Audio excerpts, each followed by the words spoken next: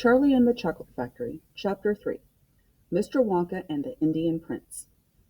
Prince Pondicherry wrote a letter to Mr. Willy Wonka, said Grandpa Joe, and asked him to come all the way out to India and build him a colossal palace entirely out of chocolate. Did Mr. Wonka do it, Grandpa? He did indeed. And what a palace it was! It had 100 rooms, and everything was made out of either dark or light chocolate. The bricks were chocolate, and the cement holding them together was chocolate, and the windows were chocolate, and all the walls and ceilings were made of chocolate. So were the carpets, and the pictures, and the furniture, and the beds. And when you turned on the taps in the bathroom, hot chocolate came pouring out. When it was all finished, Mr. Wonka said to Prince Pondicherry, "I warned you, though, it won't last very long, so you'd better start eating right away." "Nonsense!" shouted the prince. "I'm not going to eat my palace. I'm not even going to nibble the staircase or lick the walls. I'm going to live in it." But Mr. Wonka was right, of course, because soon after this there came a very hot day with a boiling sun, and the whole palace began to melt, and then it sank slowly to the ground, and the crazy prince, who was dozing in the living room at the time, woke up to find himself swimming around in a huge brown sticky lake of chocolate. Little Charlie sat very still on the edge of the bed, staring at his grandfather. Charlie's face was bright, and his eyes were stretched so wide you could see the whites all around. "Is all that really true?" he asked. "Or are you pulling my leg?"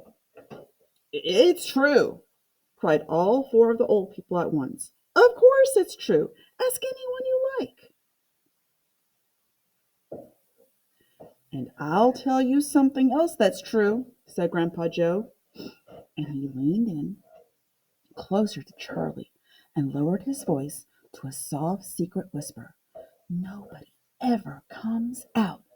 "Out of where?" asked Charlie. "And nobody ever goes in." "In where?" cried Charlie. "Wonka's factory, of course."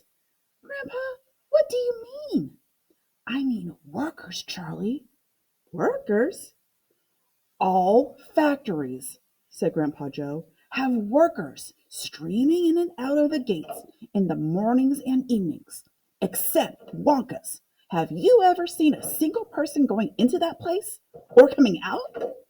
Little Charlie looked slowly around at each of the four old faces, one after the other, and they all looked back at him. They were friendly, smiling faces, but they were also quite serious. There was no sign of joking or leg pulling on any of them. "Well, have you?" asked Grandpa Joe. I I really don't know, Grandpa," Charlie stammered. "Whenever I walk past the factory, the gates seem to be closed." "Exactly," said Grandpa Joe. "But there must be people working there." "Not people, Charlie. Not ordinary people, anyway." "Then who?" cried Charlie. "Aha! That's it, you see. That's another of Mr. Willy Wonka's cleverness." "Charlie, dear," Mrs. Bucket called out from where she was standing by the door, "it's time for bed. That's enough for tonight." "But, Mother, I must hear—" "Tomorrow, my darling." "That's right," said Grandpa Joe. "I'll tell you the rest of it tomorrow evening." Chapter 4. The Secret Workers. The next evening Grandpa Joe went on with his story. "You see, Charlie," he said, "not so very long ago there used to be thousands of people working in Mr. Willy Wonka's factory. Then one day, all of a sudden, Mr. Wonka had to ask every single one of them to leave, to go home, never to come back." "But why?" asked Charlie. "Because of spies." "Spies?" "Yes. All the other chocolate makers, you see, had begun to grow jealous of the wonderful sweets that Mr. Wonka was making, and they started sending in spies to steal his secret recipes. The spies took jobs in the Wonka factory, pretending that they were ordinary workers, and while they were there, each one of them found out exactly how a certain special thing was made." "And did they go back to their own factories and tell?" asked Charlie. They must have, answered Grandpa Joe, because soon after that, Fickelgruber's factory started making an ice cream that would never melt, even in the hottest sun.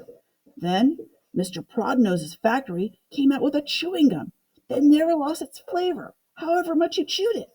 And then Mr. Slugsworth's factory began making sugar balloons that you could blow up to huge sizes before you popped them with a pin and gobbled them up, and so on and so on. And Mr. Willy Wonka tore his beard and shouted, "This is terrible! I shall be ruined! There are spies everywhere! I shall have to close the factory!" But he didn't do that, Charlie said. Oh, yes, he did.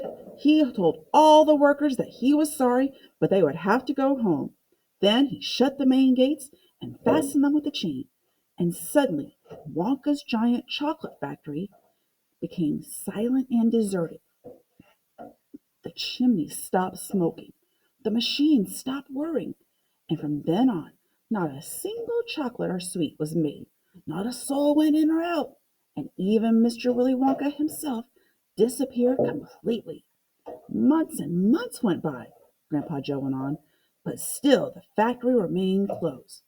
And everybody said, "Poor Mr. Wonka, he was so nice, and he made such marvelous things. But he's finished now. It's all over." Then something astonishing happened. One day early in the morning, thin columns of white smoke were seen to be coming out of the tops of the tall chimneys of the factory. People in the town stopped and stared. "What's going on?" they cried. "Someone's lit the furnaces. Mr. Wonka must be opening up again." They ran to the gates, expecting to see them wide open, and Mr. Wonka standing there to welcome his wonders back. But no, the great iron gates were still locked and chained as securely as ever, and Mr. Wonka was nowhere to be seen. "But the factory is working!" the people shouted. "Listen, you can hear the machines. They're all whirring again, and you can smell the smell of melting chocolate in the air." Grandpa Joe leaned forward and laid a long bony finger on Charlie's knee, and he said softly, "But most mysterious of all, Charlie, were the shadows in the windows of the factory. The people standing on the street outside could see small dark shadows moving about behind the frosted glass windows." "Shadows of whom?" said Charlie quickly. That's exactly what everybody else wanted to know. "The place is full of workers," the people shouted, "but nobody's gone in. The gates are locked. It's crazy. Nobody ever comes out either." But there was no question at all, said Grandpa Joe, that the factory was running, and it's gone on running ever since, for these last 10 years. What's more, the chocolates and sweets it's been turning out have become more fantastic and delicious all the time. And of course, now when Mr. Wonka invents some new and wonderful sweet, neither Mr. Fickelgruber nor Mr. Prodnose nor Mr. Slugworth nor anybody else is able to copy it. No spies can get into the factory to find out how it's made. "But, Grandpa, who?" cried Charlie. "Who is Mr. Wonka using to do all the work in the factory?" "Nobody knows, Charlie." "But that's absurd. Hasn't someone asked Mr. Wonka?" "Nobody sees him anymore. He never comes out. The only things that come out of that place are chocolates and sweets. They come out through a special trapdoor in the wall, all packed and addressed, and they are picked up every day by post office trucks." "But, Grandpa, what sort of people are they that work in there?" "My dear boy," said Grandpa Joe, that is one of the great mysteries of the chocolate making world. We know only one thing about them. They are very small. The faint shadows that sometimes appear behind the windows, especially late at night when the lights are those of tiny people no taller than my knee." "There aren't any such people," Charlie said. Just then Mr. Bucket, Charlie's father, came into the room. He was home from the toothpaste factory, and he was waving an evening newspaper rather excitedly. "Have you heard the news?" he cried. He held up the paper so that they could see the huge headline.